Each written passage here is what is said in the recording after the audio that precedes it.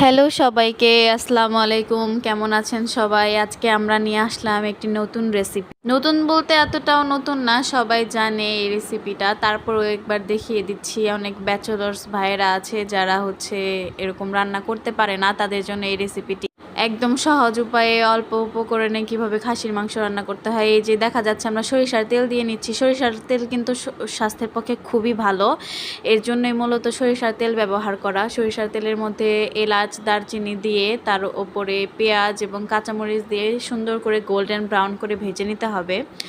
তার মধ্যে এবার একটু লবণও দিয়ে দিতে হবে, কারণ লবণ দিলে পেঁয়াজটা ভাজা সুন্দর হবে। এই যে ভাজাভুজি করে নিচ্ছি আমরা। এর মাঝে একটু কাঁচামরিচ বাটা দিয়ে দিলাম। কাঁচামরিচ বাটা দিলে কিন্তু স্বাদটা অন্য রকমের বেড়ে যায়। আপনারা অবশ্যই ট্রাই করে দেখবেন এবং কমেন্টে জানাবেন কেমন হয়েছে। আর আমার ভিডিওতে একটা লাইক এবং সাবস্ক্রাইব করে যাবেন। আপনাদের লাইক এবং সাবস্ক্রাইবে কিন্তু আমার মনোবল অনেক বেড়ে যায় এবং আরও বেশি বেশি করে রান্নার রেসিপি দিতে মন চায়। এই যে হলুদ গুঁড়ো, মরিচ গুঁড়ো দিয়ে নিচ্ছি। মরিচ গুঁড়োটা একটু বেশি দিতে হবে, কারণ খাসির মাংসতে একটু মরিচ বেশি লাগে। আদা রসুন বাটা দিয়ে দিতে হবে পরিমাণ মতো। এই যে পানি দিয়ে নিচ্ছি।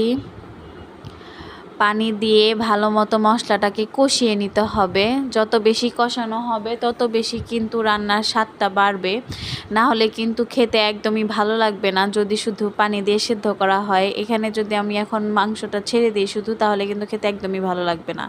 এই যে মশলাটা ভালো মতো কষানো হয়ে গেছে, এখন মাংসটা দিয়ে দিচ্ছি।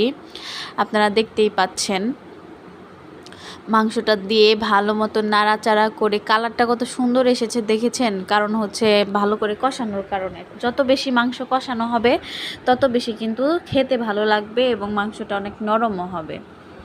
মশলাটা শুরুতেই কষিয়ে নিতে হবে ভালো মতো, কষা কষা করে। তারপরে এই যে দেখতে পাচ্ছেন কষানো হয়ে গেছে, কালারটা কত সুন্দর এসেছে বন্ধুরা, দেখেছেন।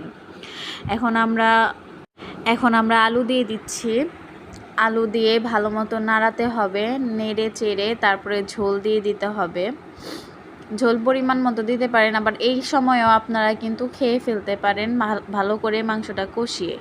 কিন্তু এরপরে যদি ঝোল করতে চান তাহলে আর একটু পানি দিয়ে তারপরে ঝোল করতে হবে। এই যে আলুটা দিয়েও কষিয়ে তারপরে পানি দিতে হবে। দেখুন পানি দিয়ে নাড়াচাড়া করে